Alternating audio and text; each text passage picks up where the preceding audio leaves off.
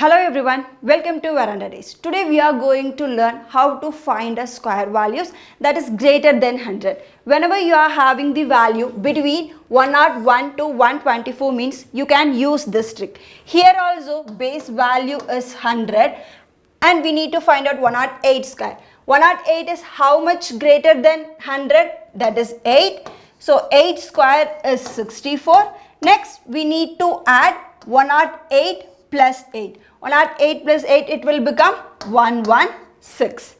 Next one is 117 square. So this is 17 more than the 100. 17 square is 289. So we will take 89.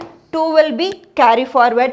117 plus 17 will become 134. 134 plus 2 is 136. So 13,689 is the 117 square, and comment your answer for the last one.